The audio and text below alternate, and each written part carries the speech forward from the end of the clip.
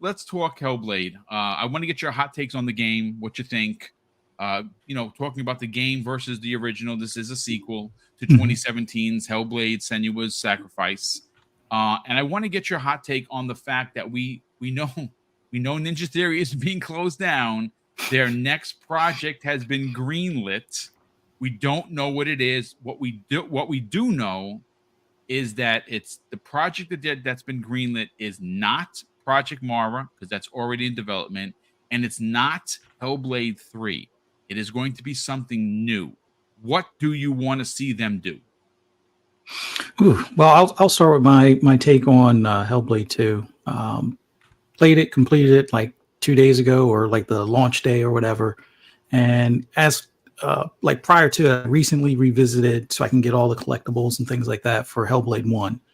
And I would say Hellblade 2 is an improvement in every single fashion over the original. Now, the thing I'm torn about is which story is better. Now, there are key points of Hellblade 2 that I love far more than I like Hellblade 1, but I think the overall story pulls at the heartstrings a little bit more than Hellblade 2 does, at least to me. But overall, I think there are three specific segments of Hellblade 2 that are everything that we've asked for from a combat standpoint or an improvement thereof. I know some people want it where it's like a RPG and want crafting and armor and different weapons and such. And I hear you on that. But for a game where that's I think they wanted to keep it more grounded in reality, even though, yes, there's some fantastical stuff that goes on in that. And, fantasy is kind of mixed in there. But if you look at it from the standpoint of from Hellblade 1 to Hellblade 2, I think the combat improved greatly. Now, I did it on dynamic, which the timing, I think, I think if you put it on like the easier as opposed, because dynamic will base on how you play or whatever. Yes. But I think if you do the Scales. easier setting, it will allow you to do the parrying much like you could in one, a little bit easier. And I think if you put it on like a harder setting, it winds up making it where the pairing is, I wouldn't say near impossible, but they don't follow the exact same timed pattern, but they do follow the same pattern. So it makes the feeling I got before, like with Hellblade 1, it was all about, oh, I don't want to die. I don't want the death creeping up my arm and all that stuff, even though, yeah, you didn't have to worry about the save delete or anything like that. But I know a lot of people that may not have known that, until playing through a good bit, that was a thing or that wasn't a thing.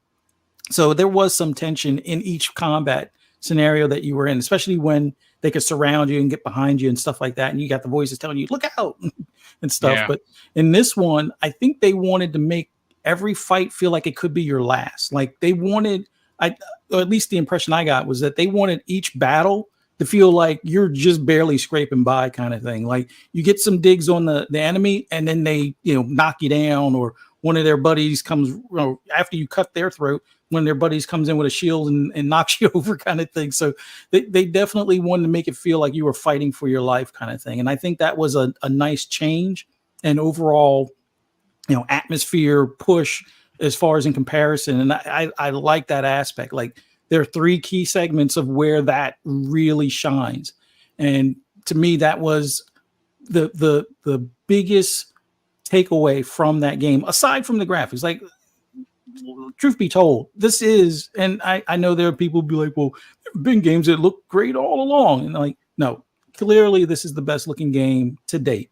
Like back in the day, it was, what was it, Crisis? Oh, can your computer run Crisis? And, a lot of us from the early Xbox One days know how good Rise looked. Yes, it was 900p, but it still looks great to this day. Yeah.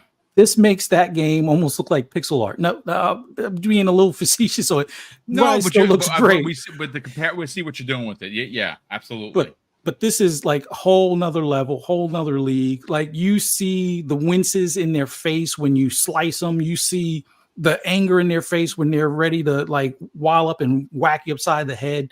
The fact that you can see the emotion in the main character or Senua's face, or even the side character's faces in all types of different scenarios, is a big step up. The environment, the lighting, the atmosphere, every one of these things is a big step forward. And I would say the true next gen look that we've all kind of been hungry for since the launch of this console. So my takeaway, and I'll give it a score. I give it a 9. I gave the previous one an 8.5. The only complaint, and it's not a complaint against the game, and I'll explain why I didn't give it a 10, because I want to leave room for 3. I want to see room of where, not spoiling anything, but I want to see where Senua is in the next installment, which might be, sometime down the road. But this is a solid 9. No ifs, ands, or buts about it. And the other one I love to death, even when it was just a PlayStation exclusive, bought it again when it came to Xbox, and then wound up finishing it on PC even. But all in all, this game, I would say, is clearly a ode to the fans of the original Hellblade, and showing all of the technical prowess that Ninja Theory has, and what they've learned over the years, from mocap to just the storytelling to the deep dives into mental illness to some extent, and in things that are subjects that a lot of people stay away from as far as for gaming or even conversation for that matter. So the fact that they tackled all of that was an amazing feat in and of itself. But I really love this game. Like I said, leaving room for not giving it a perfect 10 just because I want to leave room for 3, but this was definitely a standout for the year. Is it my game of the year?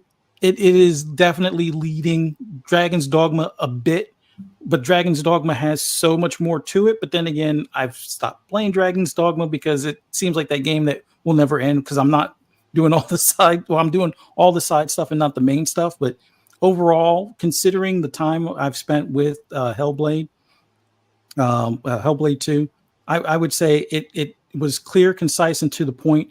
Yes, there is some exploration as far as the collectibles and things like that, which is great. But it is well paced, in my opinion. Yes, it is a walking sim. The original was a walking sim. There are plenty of walking sims out there, but in that walking aspect, the visuals, the environment, the storytelling, or the lore that you come across in certain things, all of that is well paced, in my opinion. But like I was going to say, my only complaint is actually not against the game. It's because of the controller, because I use my Elite Series 2 controller, and I didn't button map a what do you call them?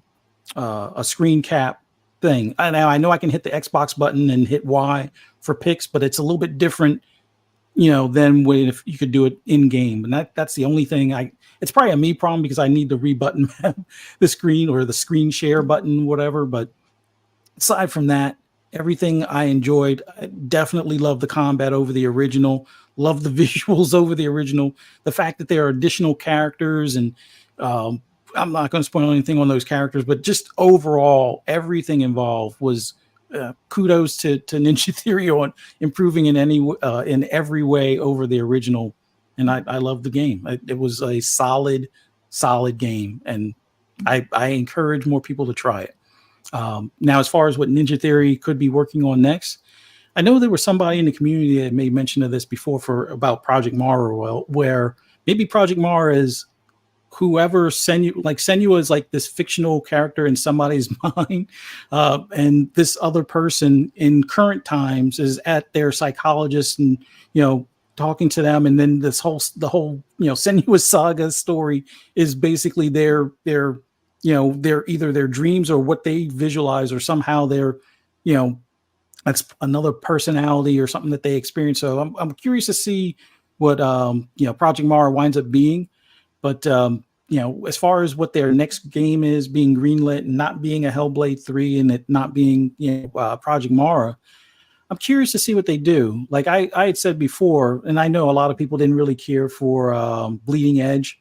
I say to this day, even some of those characters that they created for that should be in like a Killer Instinct game, or if they made it where it was more of like a 1v1, like melee combat type of game, almost not saying make a Street Fighter or a Killer Instinct clone kind of thing, but either have those characters in Killer Instinct or make something along those lines. Because there were a couple of key characters there. I forget the names, the guy with the guitar and the guy with the katana. Those two definitely need to be in Killer Instinct at some point. But whatever their next game might be, I'm curious to see. like it would be great if they visit some of their old IP if they own like was it I don't think they own Heavenly Sword or something like that. But I'm pretty sure Sony has the rights, the IP rights for that. yeah. But I would say given how well they've made Senua and that story around her, I would say just let them make a new IP. Let them make something totally new. Like and it doesn't necessarily have to deal with mental illness or anything along those lines. Make a horror game. Make something that's a gritty combat game that's not like an arena shooter kind of deal. I say give them creative freedom to make a new IP, and I would love to see what it is because if they can make something like Hellblade, and sure people will play, well they made Bleeding Edge. Well, that I think it was more so the type of game as opposed to the characters themselves.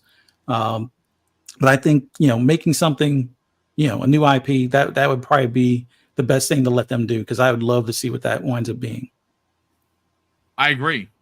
For me personally, in regards to what their new project is, I want it to be, and again, I take nothing away from what they're trying to do with mental illness awareness. That is so important. You have no idea. I would like to see them tackle a game similar in size and scope, their own game, their own heroes, their own villains, like Devil May Cry. I'd like to see them make an action game like that. I really would. I think that they have the talent. I think that if it's going to be Unreal Engine 5, we would see things more open ended. Like Senua is what it is. Hellblade, Senua's Sacrifice was what it was. Hellblade 2 comes out, Senua Saga. It's leaps and bounds better in every way possible. There is no denying that. And if we are being fair, we're not being bots or we're not being trolls. You're reviewing the game for the game. And you say, okay, we have to compare this from 2017 to 2024. Did they do better? Yes, in every way. Combat's better. Puzzles are better. Graphics are off the chart. Sounds are off the chart. They delivered. 80 people made that game. It deserves a 9. I gave it a 10. I found nothing wrong with it. You know what's also very interesting that no one has even discussed, Korkenstein, is that this game releases with 0 bugs. No crashes, no freezes, no nothing. You did not hear anyone, not one person, complain about bugs, but yet no one is talking about that. Let's get your hot take on this. Their next project has been greenlit. That's great to know. IGN, if you're listening, and I know that you are, because why miss this show? Don't worry, the studio isn't being closed. They're okay. They're going to be okay, Ryan McCaffrey. They're going to be okay. I want to get your hot take on the game itself, your thoughts, and what you want their next project to be. Yes. So with Hellblade 2, I'm enjoying it. I'm savoring every little moment. I'm not rushing through this. This isn't a game that, you see all the bad reviews. They always, you can complete this game in 5 hours. You can complete this game in 6 hours. They're tanking the scores because of that. And it's like, that's a you problem. That's not the game problem. The game's supposed to be, it's a narrative adventure. Take your time with it, savor it, explore where you want to play, take your time on engrossing yourself and immersing yourself into the story. That's what it's there for. It's like these people, they go, that are reviewing it and taking the score because of the low playtime. It's like they're going to a movie theater and telling the projector to fast forward to the end. It's like, why even go to the movie theater then? Why even play? So it's that kind of just mentality, I think, that people are knocking the game for, that they're just playing it wrong. And I think, the guys over at Xbox Era did an amazing review of it, and they really, I think, played the game for what the game was. And that's what I really like about the reviews is they don't knock the game for what it isn't. They, they play the game for what it was and appreciate the game for what it is. So I think more reviewers should do that. As far as my playthrough, I'm loving it. I'm halfway through, I would say, maybe like 75% through. Probably I'll knock it out today before I go to work after the podcast, but absolutely loving it. As far as their next game, One of the hosts on Game Pass Gumbo, Goldshell, he said the same thing. He'd like them to see go back maybe to Devil May Cry. Kind of go back to that kind of thing. What I would like with their narrative storytelling and with especially the Devil May Cry experience, what about like maybe a Souls-like game? I'm not a big fan of Souls-likes, but I can see them making a very great narrative with Souls-like gameplay. What about one thing I've always wanted to see, especially after playing Elden Ring, is a take on Camelot. The Knights of the Round Table are out of control. That would be dope, dude. I like that. A Souls-like where the Knights of the Round Table are out of control and you are the new hero coming in to take them out. And those are the epic Souls-like boss fights you see where, you're fighting the Knights of the Round Table and your last boss fight is King Arthur for Excalibur. Like something like that. Someone hire this man, please hire this man right now. Let's go. Merlin's tired of, Arthur, exploiting his power and he's helping you. That's where your magic comes in. It just writes itself when you start looking at it that way. So, but who knows? Project Mara's also a Buddhist demonic god in mythology. So maybe, that terrifies people and instills fear. To get them, to temptation, things like that. So if anybody can pull off something amazing, it's going to be Ninja Theory. And just to your point too, IGN, they're not going to close down. Ninja Theory offers so much more than just games. They can be an amazing support studio. Look what they did. They're experts now with Coalition on the level of using Unreal Engine 5. Their narrative story building. You can take these people out of making games, instill them into other teams to help them build theirs. So there's value besides just a studio that can only make games. Xbox has so many studios now that games coming isn't going to be an issue. But if you can take teams out that aren't currently working on something to help another team to boost them up, why not? So, that kind of aspect right there. But yeah, I think whatever Ninja Theory is going to do, they're going to knock it out of the park.